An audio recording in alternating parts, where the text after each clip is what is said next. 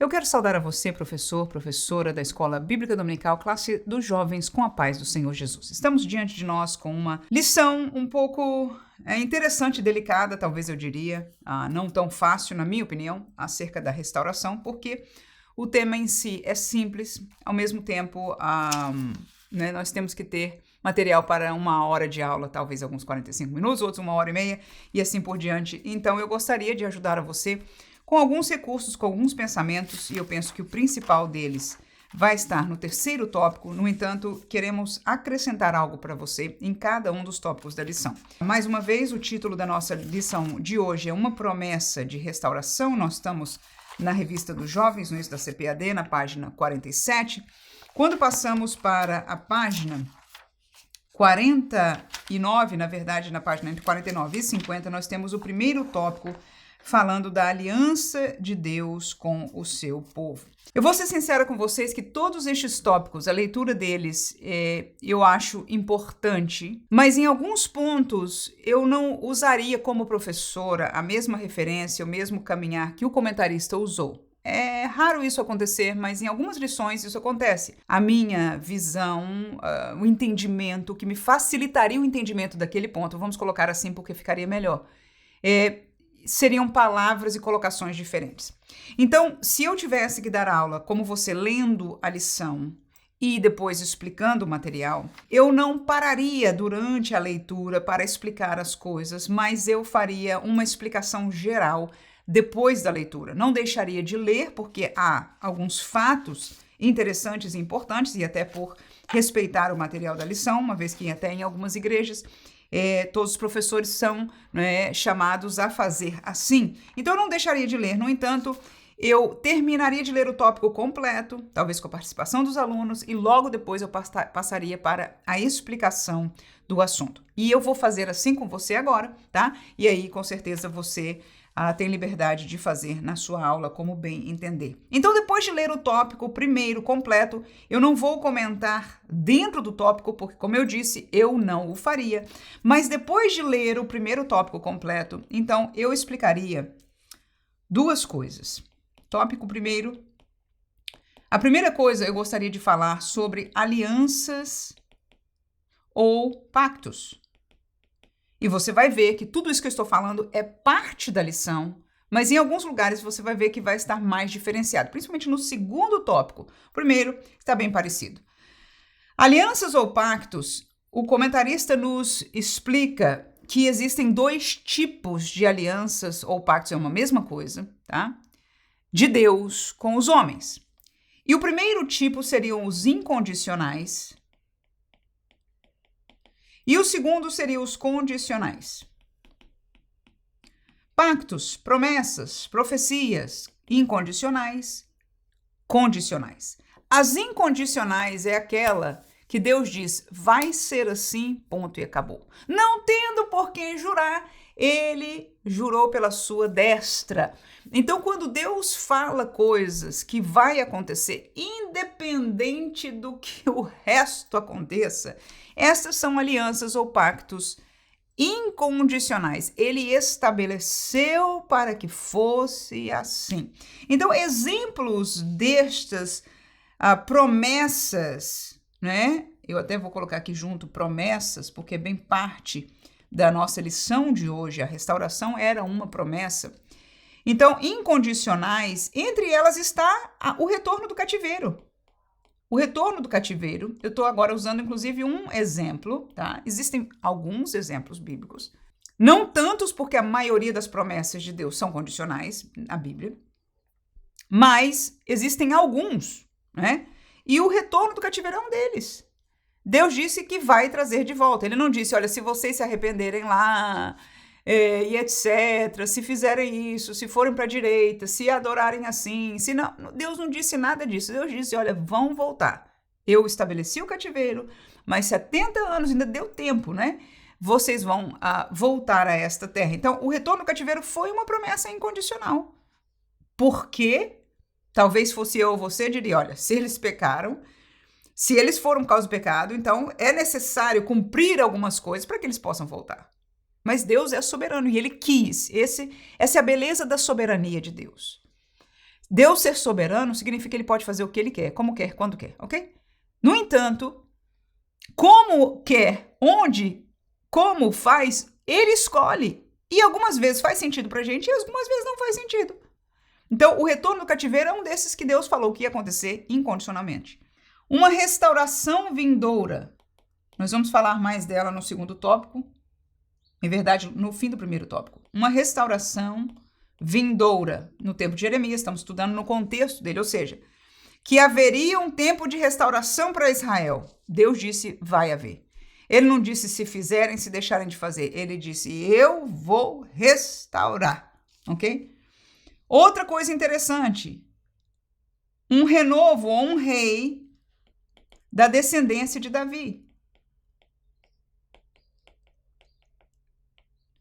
Na verdade, não um rei, eu falei um rei já meio que de propósito, por questão de saber quem era esse que se levantaria num tempo mais tarde, né, da herança de Davi. Mas Deus fez uma promessa a Davi, mas disse que os filhos dele andassem no caminho de Deus, então permaneceriam no trono, não faltaria rei sobre o trono. No entanto, paralelo a isso, houve uma promessa de que a descendência real de Davi seria estabelecida como uma promessa incondicional. E é neste contexto que aparece um rei, que algumas vezes aparece como um servo. Eu digo isso nas palavras da profecia. Nós vamos ler um texto aqui de Jeremias capítulo 33. E eu vou ler o 20, o 21, depois o 25 e o 26. Jeremias 33, e estamos dando exemplo no contexto do nosso estudo aqui, tá? 20 e 21 diz, assim diz o Senhor, se puderdes invalidar o meu concerto do dia e o meu concerto da noite, de tal modo que não haja dia e noite a seu tempo. Alguém pode fazer isso, irmãos?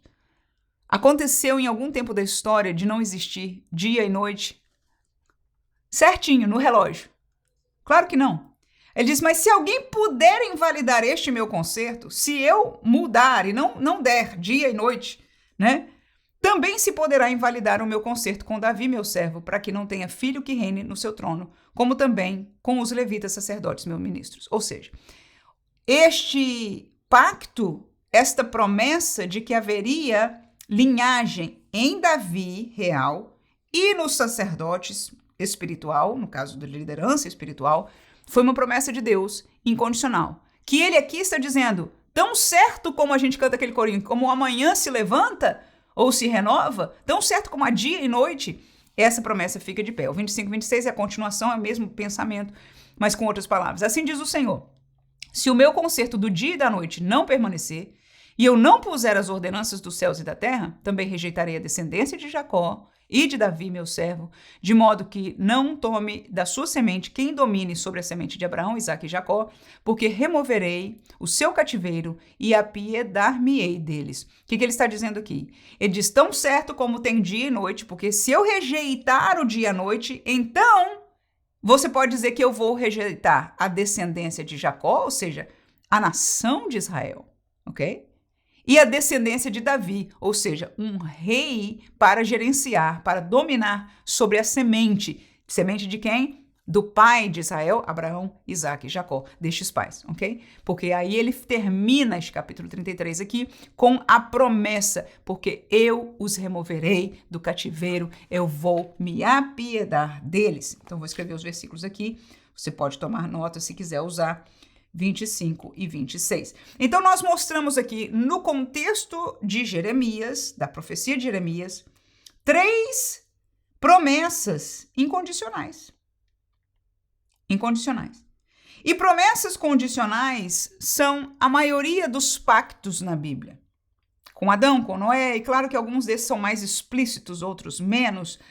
E eu vou dar um exemplo aqui bem explícito, mas todo pacto condicional é começado com o se. Se você fizer isso, então eu farei isso, ok? Então, o clássico deste exemplo seria com a própria nação de Israel antes de entrar na terra.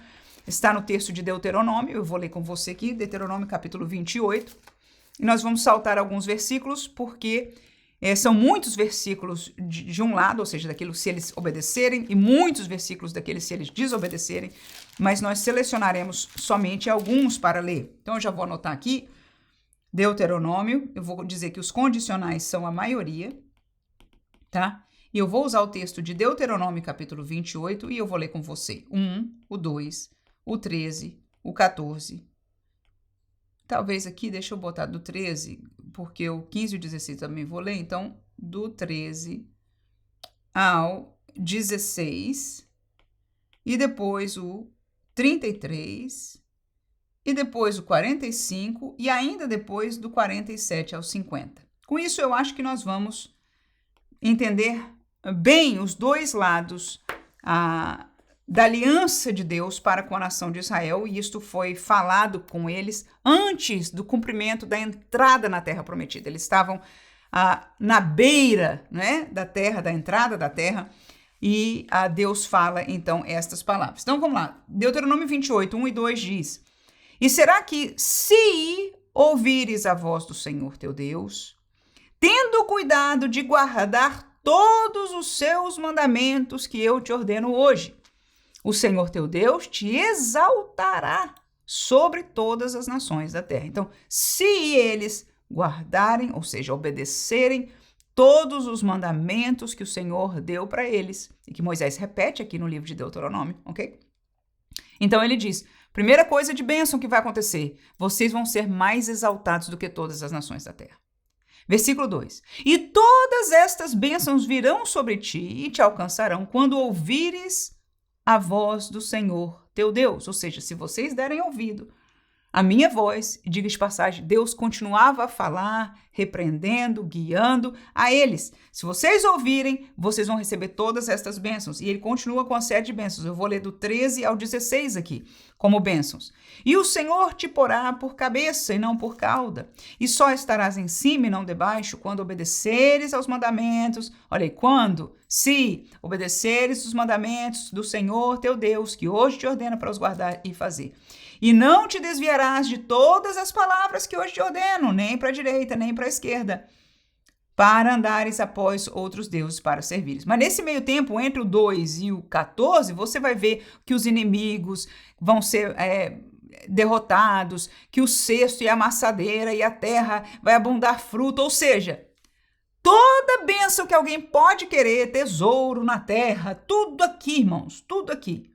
Eu terminei a leitura do 13 e 14, e na verdade agora descobri por que eu separei o 13 e 14 do 15 e 16, porque o 15 e 16 já começa o outro lado da desobediência. Se eles obedecessem os mandamentos do Senhor, ok? Todas estas bênçãos Deus estava prometendo. É promessa de Deus? É promessa de Deus. Mas como eu vou receber as promessas? De qualquer jeito? Ou seja, Deus determinou que vai ser assim e acabou? Não. Ele disse, se vocês fizerem, se vocês permanecerem, então vai ser assim. A partir do versículo 15 é o contrário. Olha lá, versículo 15 e 16. Será, porém, que se não deres ouvidos à voz do Senhor teu Deus, para não cuidares em fazer todos os mandamentos e os seus estatutos que hoje te ordeno, então sobre ti virão todas estas o quê? Maldições e te alcançarão. Aí ele começa primeiro, maldito serás tu na cidade e maldito serás no campo. Quem quer isso, irmão? Quem quer maldição de Deus? Ninguém. Mas as promessas condicionais, às vezes vem só com um lado, se você fizer, senão eu não vou fazer. Mas neste caso para Israel foi assim, se você fizer, eu vou fazer isso. Mas se você não fizer, eu vou fazer isso. Ou seja, eu vou pesar a mão sobre vocês. Ainda vou ler o 33. 33 diz... o fruto da tua terra e do teu trabalho o comerá um povo que nunca conheceste. Ou seja, você vai trabalhar e quem vai comer da tua abundância é alguém, não você. E tu serás oprimido e quebrantado todos os dias. Versículo 45. E todas estas maldições virão sobre ti, te perseguirão e te alcançarão até que sejas destruído.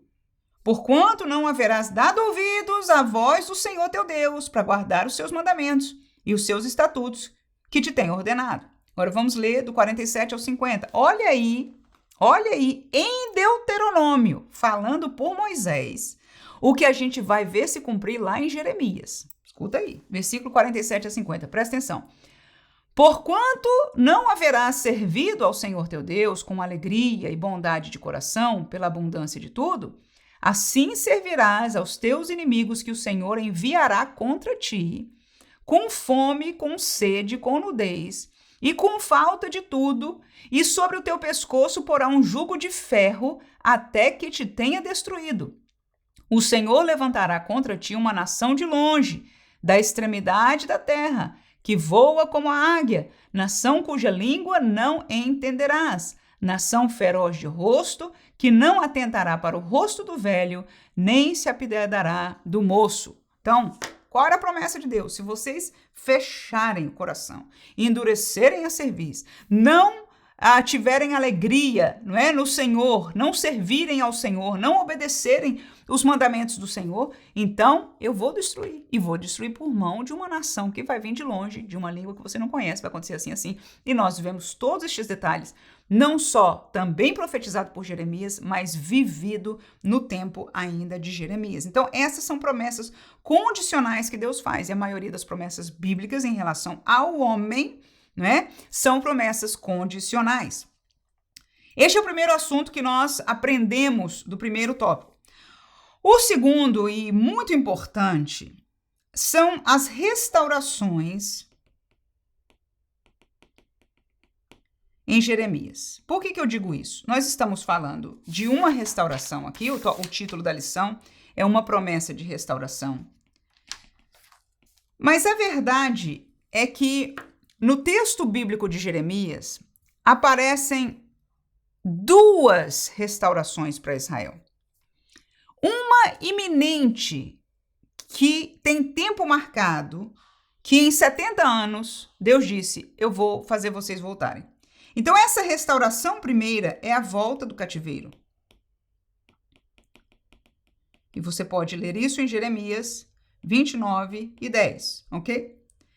A segunda restauração, e eu vou colocar como segunda somente, podíamos colocar em 3, mas eu vou dividir essa segunda, seria a restauração nacional de Israel. E eu vou subdividi-la na vinda do Messias e no reino do Messias. Isso podia ser ensinado de algumas maneiras, mas vamos ver se eu vou fazer de uma maneira simples o suficiente, mas entendível o suficiente. Reino do Messias.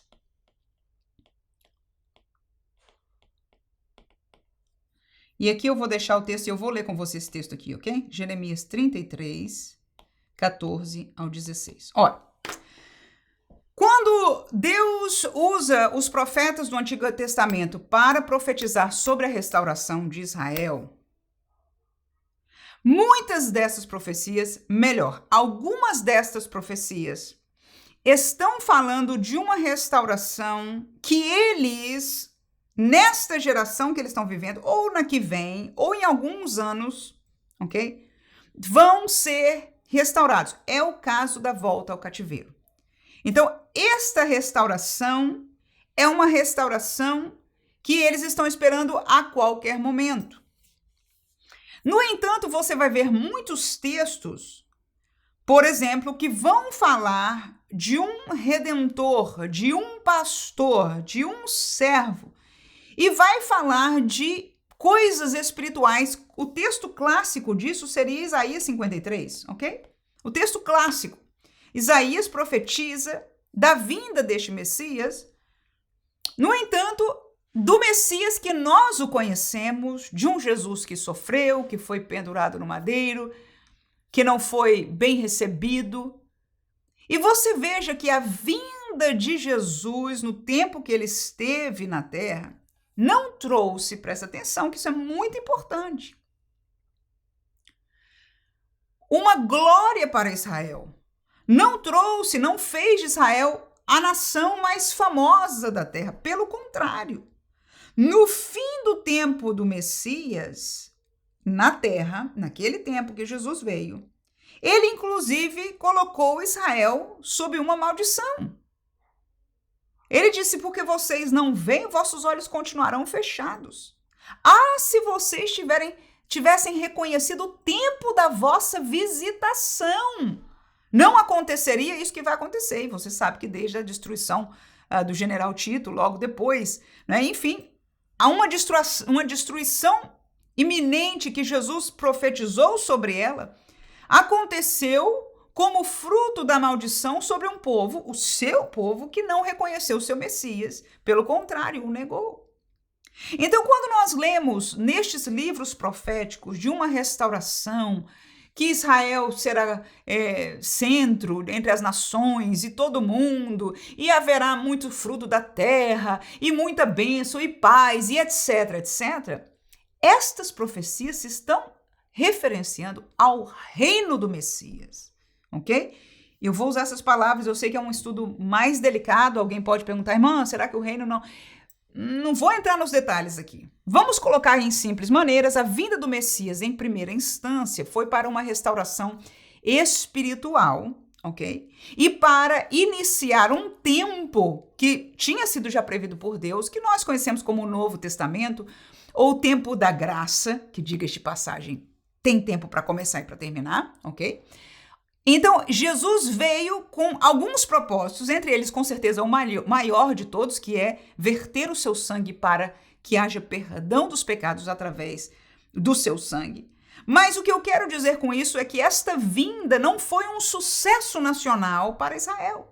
E quando eu e você lemos as profecias de Isaías, de Jeremias e de Ezequiel, quando eles falam deste período de restauração, eu vou te levar a uma delas, por exemplo, 33 de Jeremias. Eu falei que eu iria ler essa com você. E são muitas. A maioria desses textos proféticos de restauração estão se referindo ao reino do Messias, que ainda não aconteceu. Para nós que conhecemos já o contexto total da Bíblia, este é o milênio, quando depois da grande tribulação, né, daqueles 7 anos, que vai ter anticristo e aquela coisa toda. Se você ler o Apocalipse, você vai descobrir 100% isso aí. E é bem resumido, principalmente lá no finalzinho, já perto ali, um pouco antes, né, daquilo que fala sobre o milênio. Um texto pequeno. Mas você vai entender esta passagem de como acontecerão as coisas. O fato é que Jesus vai vir. O próprio Jesus falou sobre esse tempo também, em um discurso seu, não vamos falar sobre isso agora, mas eu quero dizer que os profetas falaram deste tempo do milênio e este tempo vai ser exatamente este de restauração total. Restauração na vegetação, restauração ali dos rios, algumas coisas, né, que Ezequiel fala em detalhes, né? Não é Ezequiel, é Deus falando que vai fazer, coisas milagrosas na própria vegetação ali da área de Israel, enfim, não só isso, mas acerca das nações em relação a Israel. Então, todo este tempo de vitória, de restauração, na verdade, ainda não aconteceu. Ok? Então, volto a dizer, em Jeremias, há promessas de uma restauração que aconteceria historicamente e já aconteceram. A volta do cativeiro, por exemplo, é uma delas. Mas esta restauração, vamos ler o 33 aqui de Jeremias, versículo 14 a 16, diz: Eis que vem dias, diz o Senhor, em que cumprirei a boa palavra que falei à casa de Israel e à casa de Judá. Então, a todo Israel, né? Que já serão um só, até profecia, inclusive, nunca mais vocês se dividirão. Naqueles dias e naquele tempo, farei que brote a Davi um renovo de justiça. E todo mundo que conhece o Novo Testamento lê isso aqui e fala, é Jesus. É Jesus. É Jesus. Mas veja, e ele fará juízo e justiça na terra. Eu pergunto, isso aconteceu no tempo que Jesus esteve aqui? Não. Senão ele não teria sido crucificado. Ele não fez juízo e justiça na terra. Ele ensinou a palavra de Deus e o caminho de Deus que deveria ser seguido. E chamou o seu povo ao arrependimento para entrar no contexto deste reino que agora espiritualmente já estava aqui, ok? Vou ler ainda o 16. Naqueles dias, mesmo contexto aqui, Deus está falando de uns dias, ele está dizendo claramente que é futuro. Ele diz, eis que vem dias, ok? Naqueles dias e naquele tempo, é o 14 e o 15. No 16, naqueles dias, Judá será salvo e Jerusalém habitará seguramente. Irmãos, quando que Jerusalém habitou seguramente? Até hoje na história. Até hoje não. Vá para lá hoje para você ver como é que funciona, como é que estão as coisas. Estão ou não estão alarmados que pode acontecer invasão, problema, guerra o tempo todo, né? Então, vai chegar este dia, e este é o nome que lhe chamarão: o Senhor é a nossa justiça. Então, a promessa para esse tempo de renovo é muito grande, são muitos capítulos, são muitas palavras que Deus dá por boca destes profetas, Isaías, Jeremias e outros, né, que falam deste tempo de restauração, mas esta restauração só vai acontecer lá no milênio. Então, eu acho muito importante nós entendermos isto. Então, o contexto, quando fala de um Messias e das coisas espirituais, de bênçãos espirituais, até do sofrimento dele, detalhes que nós já conhecemos na história, não é? De que ele haveria de nascer em Belém, coisas desse tipo. Você sabe, está falando dessa primeira fase da vinda de Jesus, quando ele esteve na terra, que nasceu bebezinho, não é? E foi morto e ressuscitou. No entanto, os textos que falam de paz mundial, das nações, de mudanças radicais, inclusive na flora, fauna e tudo lá na terra de Israel, né, o centro, tudo isso vai acontecer. Esta grande restauração vai ser no tempo do milênio. Vamos para o tópico segundo. Tópico 2. O pastor nos vai falar de três realidades que Deus ensina nesta promessa, através dessa promessa de restauração. Ele coloca a primeira, ele fala da sua justiça. A segunda, ele fala de fidelidade. E a terceira, ele fala de amor. E aqui é onde algumas palavras com ele, com o comentarista, não usaria, eu não veria da mesma maneira. A primeira, eu concordo, lá no finalzinho, ele diz: os seus erros não deixariam de ser corrigidos. Perfeito. Eu vejo a justiça de Deus na Bíblia, no contexto de Jeremias, da seguinte forma: vocês pecaram, eu falei para vocês que obedecessem. Eu mandei os profetas madrugando, falando, e não foi só um profeta, lá desde Moisés, irmãos, você leu comigo hoje, desde Moisés, eu falei para vocês, não fechem o vosso coração para obedecer, não vão atrás dos ídolos da terra que vocês vão entrar, e uma série de coisas, mas o povo fez. Quem lê Jeremias, irmão, quem lê o texto de Jeremias, você fica, como pode Deus falar e as pessoas simplesmente nem aí, fazer o que está atrás do pensamento dos seus corações e continuar na infidelidade a Deus de uma maneira extraordinária, ok? Então, o que a justiça de Deus pesaria aí? Para pagar o preço do pecado, porque eles desobedeceram a condição. Se você não fizer, ou você desobedecer, eu vou enviar uma nação, eu vou fazer mal contra vocês. Eu vou, inclusive, destruir vocês como nação. Aconteceu ou não aconteceu? Então, a justiça de Deus é onde nós pagamos pelos pecados. Bem interessante que, no contexto de lá de Jeremias, né, o pagamento viria através do cativeiro. Hoje, se Deus é justo, e Ele é, a justiça de Deus nunca vai deixar de ser pesada, mas na maioria dos casos, Deus não faz assim. Você pecou e Deus, pá, em cima. Não.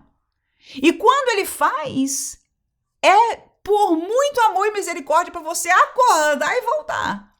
Deus fez algumas vezes com Israel, ok? Fazia faltar chuva. Na seca, todo mundo, ai Deus, pronto, voltar para Deus, se corrigia, Deus mandava chuva.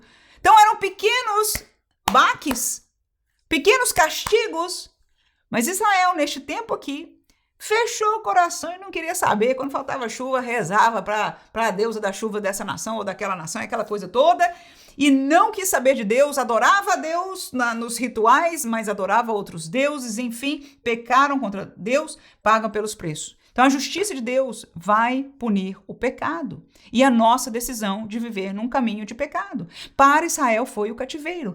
Para os dias de hoje, Deus não pune, como eu disse. Quando Ele faz, é por misericórdia, mas na maioria dos casos Ele não faz, presta atenção. A punição e a justiça de Deus será na eternidade, ou seja, quando nós passarmos desta vida.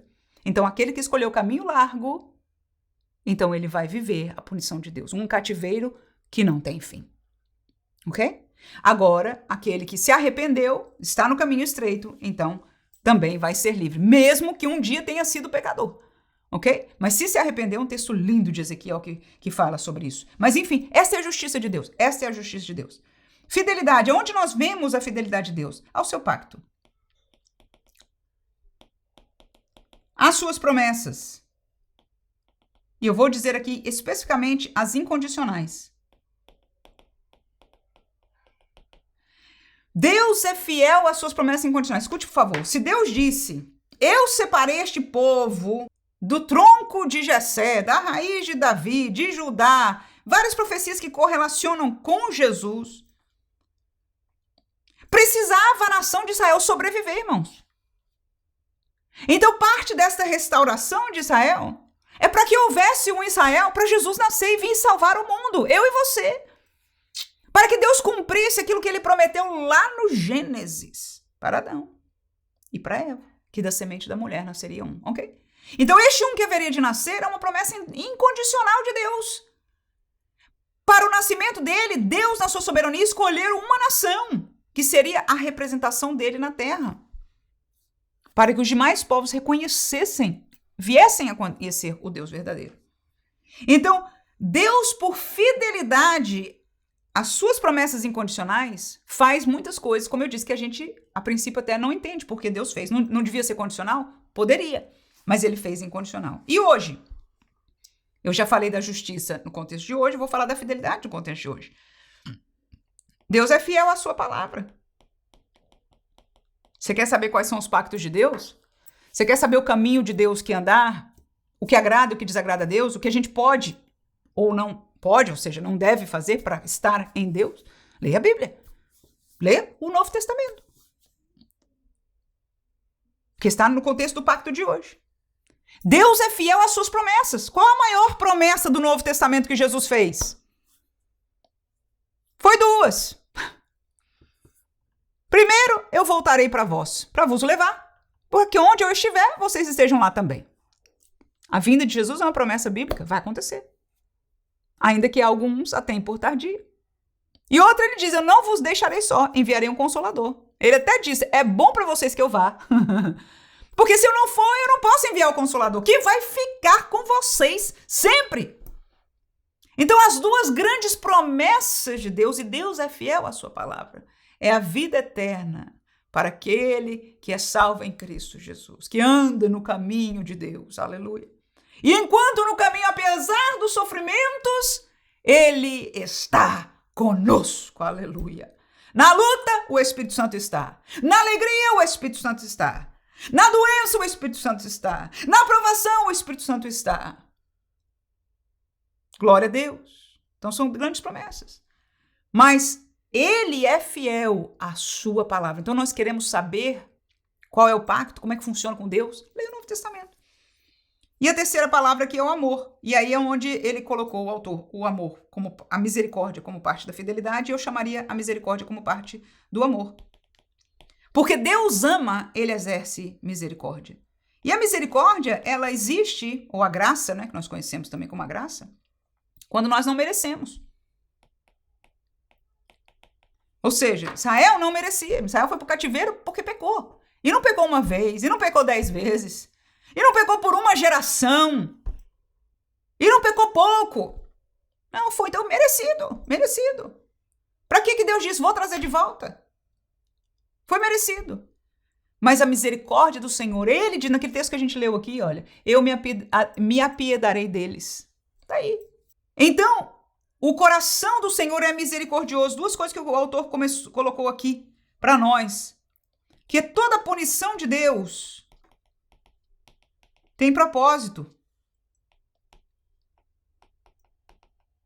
de corrigir. Para quê? Para a gente ser robozinho de Deus? Não.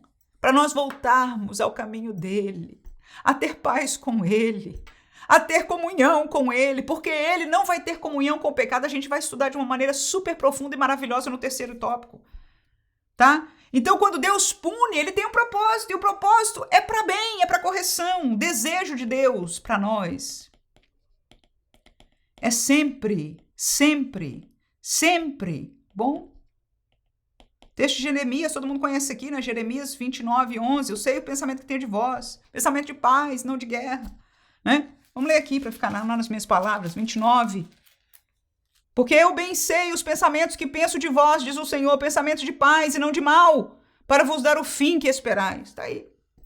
Deus não pensa para mal. Todo o desejo de Deus para todos, inclusive, não só para o seu povo. O desejo de Deus não é o mal. O desejo de Deus é sempre bom. Então, o amor de Deus é expresso na misericórdia e na graça. Por que misericórdia e graça? Porque nós não merecemos. Porque nós erramos. Porque nós éramos inimigos de Deus. Porque nós não temos sido fiéis a Deus. Então, o amor, a misericórdia do Senhor é estendida. E quando Ele pune para nos corrigir, para nós voltarmos, né? Porque o desejo de Deus é sempre bom. E uma coisa que Ele colocou aqui muito importante também, nunca anula a justiça. Ou seja, o amor de Deus nunca anula a justiça de Deus. Ou seja, Deus ama, mas nós vamos pagar o preço do nosso pecado. Todo pecado tem consequência. Todo pecado tem consequência. Que Deus nos guarde, que nós paguemos a consequência aqui. Que não seja uma vida de pecado, cuja consequência, como Israel pagou no cativeiro, alguém possa pagar na vida eterna. Que Deus nos guarde. Boa coisa é pagar aqui. Melhor é não pecar. Mas se pecar, não só encontraremos perdão por Jesus Cristo, é imediato. Mas todo pecado tem consequências, tem consequências. Terceiro e último tópico, maravilhoso para abençoar a nossa aula. Tópico 3. Se fala do caminho e resultados da restauração divina. Volto a dizer, tanto o tópico 1, como 2, como 3, eu leria o tópico. Depois eu explicaria essas coisas aqui, ok? E o terceiro tópico, você vai ver a oração como recurso de restauração, e eu achei um pouco complicado de entender isso aí no contexto, achei, né? Gratidão também com arrependimento e frutos da restauração, mas se eu fosse dar esta aula para os jovens, eu leria isso aqui. Mas eu diria, irmãos, vamos fazer o seguinte, vamos falar do caminho da restauração num contexto bíblico, num paralelo a isso que Israel viveu, mas com um exemplo do Novo Testamento, tá? Qual o exemplo? Restauração. Nós vamos ao exemplo do filho pródigo. Ele não foi restaurado? Pronto, vamos aprender sobre restauração com a parábola do filho pródigo. E eu quero dizer para você, entre você, que um dos textos que eu mais aprendo de Deus, do coração de Deus, é este texto bíblico aqui. Por quê? Eu vou fazer algumas considerações iniciais. Considerações iniciais. Por que eu chamo de considerações iniciais? Porque não está falando de restauração aqui. O que aconteceu antes da restauração? Em primeiro lugar, ele, o jovem, saiu de casa como? Rico, foi assim? Altivo, cabeça para cima, nariz empinado e saudável. Foi ou não foi? Jovem, feliz, cheio de força, com dinheiro, né? Todo cheio de si, pronto para arrasar lá fora e fazer o que quer. Pronto, foi como ele saiu. Segunda coisa que eu quero lembrar a você como considerações iniciais. Deus, que é a figura do Pai, ok? O Pai, que é a figura de Deus, não impediu, nem mesmo questionou a saída dele. Você não vê o pai dizendo, por que, meu filho? Pensa, reconsidera. Você não vê isso. Você não vê isso. O menino decidiu. O menino pediu uma coisa que não era nem normal. Ninguém tira herança em vida, com o pai em vida. Mas Deus não questionou. Não. Não questionou, não impediu. Não. É isso que você quer? Toma. A gente aprende sobre Deus. Terceira coisa que eu vejo, a riqueza dele foi gasta no mundo. Ou seja, nós saímos da casa do Pai ou do lugar de comunhão com Deus, ricos, felizes, saudáveis, cheios da graça, cheios de alegria. Talvez enojado por causa de uma coisa e outra, mas ainda com saúde espiritual. E eu vou fazer um paralelo espiritual dessa parábola aqui para nós. Quando a gente sai bem. Por isso que sai altivo. Sai altivo para conquistar.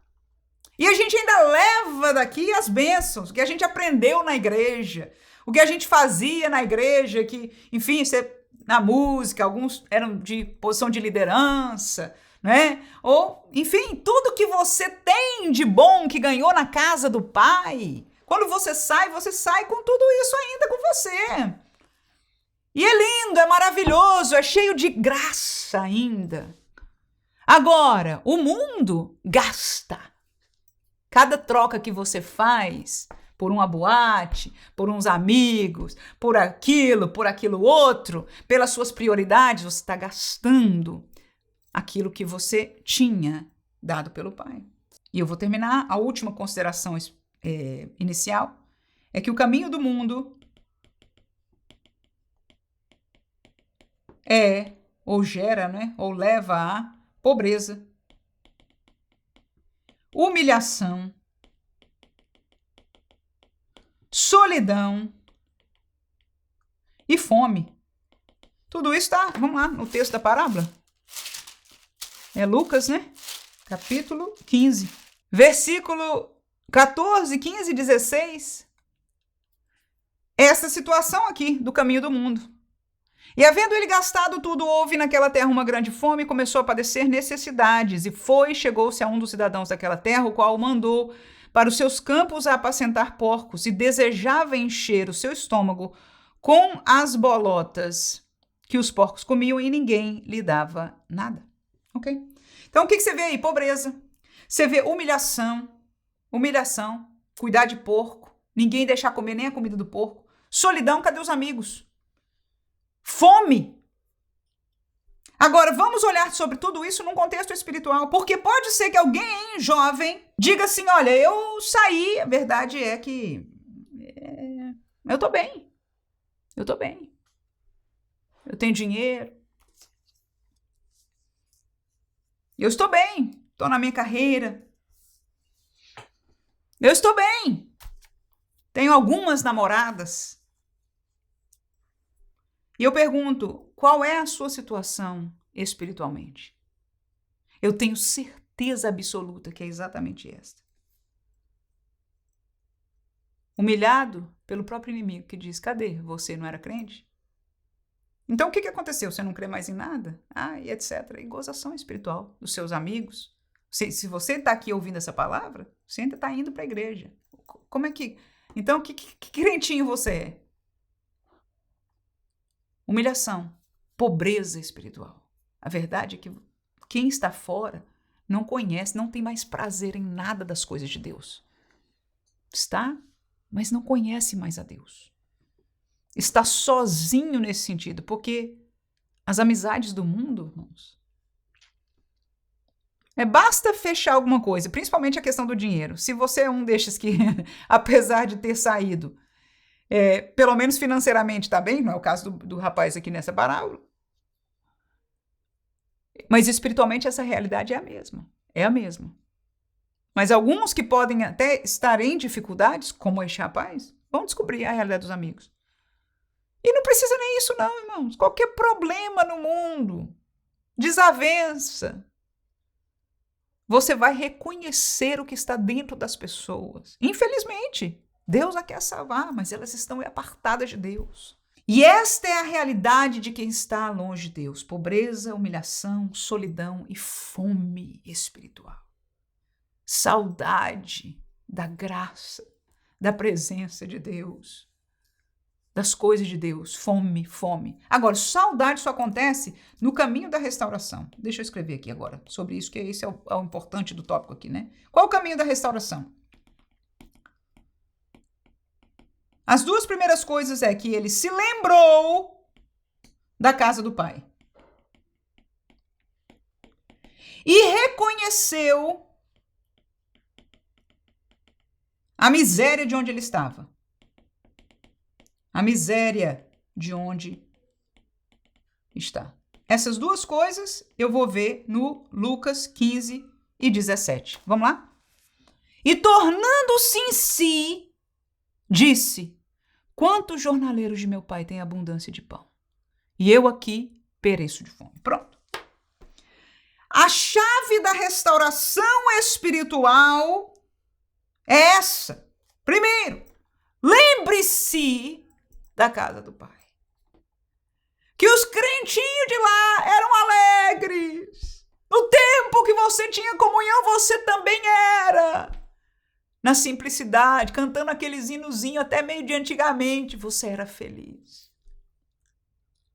É uma felicidade, é um tipo de felicidade que você não tem hoje. Você pode ter na carne algumas felicidades, mas não é uma mesma coisa e você se lembrou que até os pequenos na casa do Pai, não era na liderança nem nada, estava lá chorando na presença de Deus, sendo fortalecido por Deus. A casa do Pai. Você se lembrou da graça, do alimento, da provisão, da proteção, do amor, das palavras que te edificavam, dos cultos que você saiu fortalecido. Lembrou-se da casa do Pai. Mas, em segundo lugar, você reconheceu o lugar de miséria onde está. Isso é muito importante. Enquanto nós não reconhecemos que, apesar do dinheiro, apesar dos amigos, apesar do que quer que esteja ao seu redor, e alguns não têm nem nada, mas estão fechados, a miséria que você está vivendo, para quem está precisando de restauração. Se alguém hoje está precisando de restauração, sabe que a sua vida pode estar com um sorriso do lado de fora, mas está em miséria. Este é o caminho de restauração. Estamos aprendendo com a Bíblia, ok? Lembrar-se da casa do Pai e reconhecer a miséria de onde está. Segundo lugar, decisão de voltar.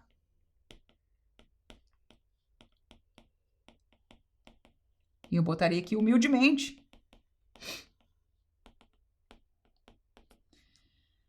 Confissão ou confessar e arrepender. Essas duas coisas estão em Lucas 15 e 18. Olha lá a palavra dele. Levantar-me-ei e irei ter com meu pai. E dir-lhe-ei: Pai, pequei contra o céu e perante ti.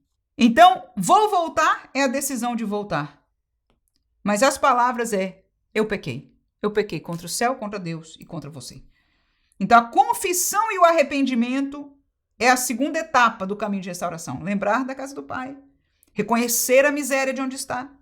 Decidir voltar. Confessar e se arrepender. Terceiro lugar, não mereço. Dependo da graça. Eu não sei como é que o Pai vai receber. As palavras que este jovem ensaiou foram claras. Vou ler ainda aqui o 19. Já não sou digno de ser chamado teu filho. Faze-me como um dos teus jornaleiros. Aí. Então, quando ele diz eu não sou digno, ele diz a verdade, eu sei, eu não mereço. Não só eu saí, eu levei a minha herança. Eu desonrei a minha família, eu machuquei o coração do meu pai, eu traí. E eu não fui buscar uma carreira, porque senão o meu pai me ajudaria nisso. Não, eu fui para o mundo. Eu fui curtir a vida, longe da casa do pai.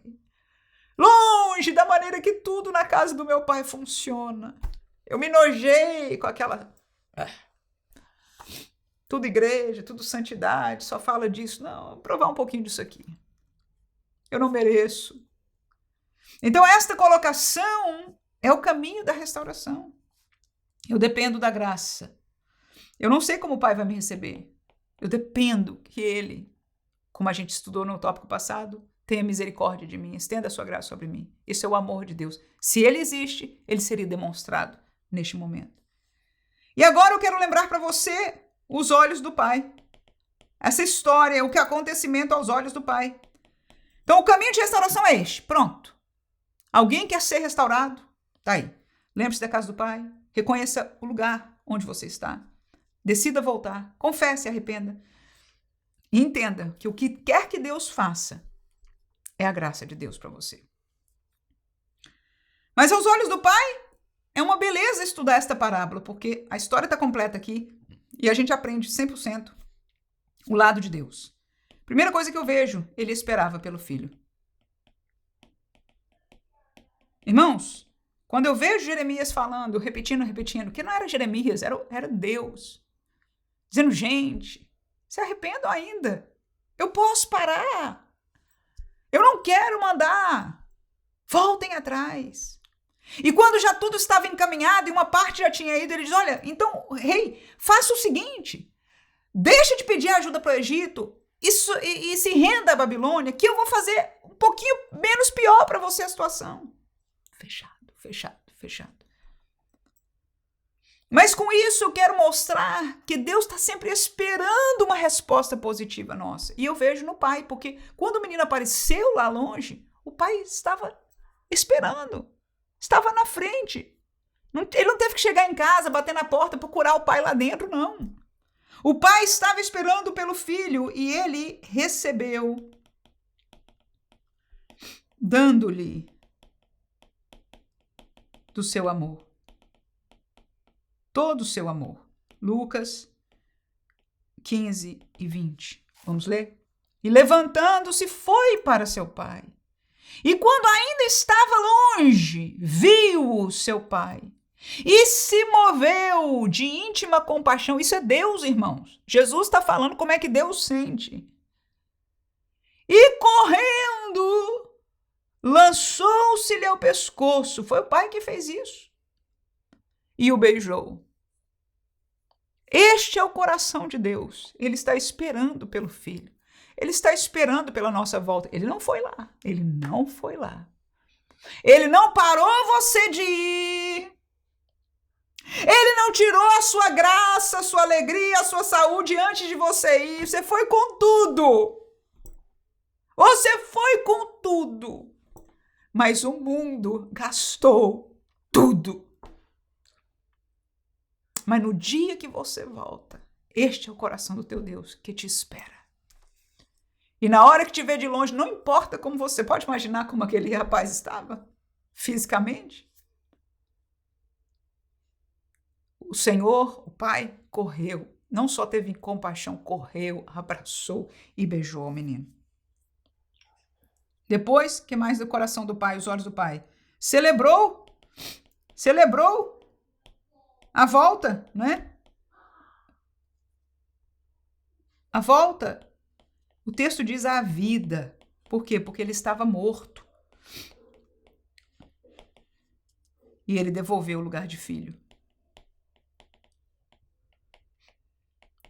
Essas as coisas que talvez a gente, humanamente, alguns entendem, às vezes alguns não.